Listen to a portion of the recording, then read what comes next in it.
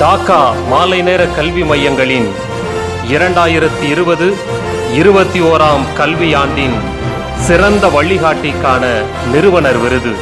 விருதினை பெறுபவர் நா. அசோக் குமார், மையம் வடக்குப்பட்டி, மண்டலம் கோவில்பட்டி. திருமிகு நா. அசோக் குமார் வழிநடத்துகிற வடக்குப்பட்டி மையத்தின் தனித்துவமான செயல்பாடுகள்.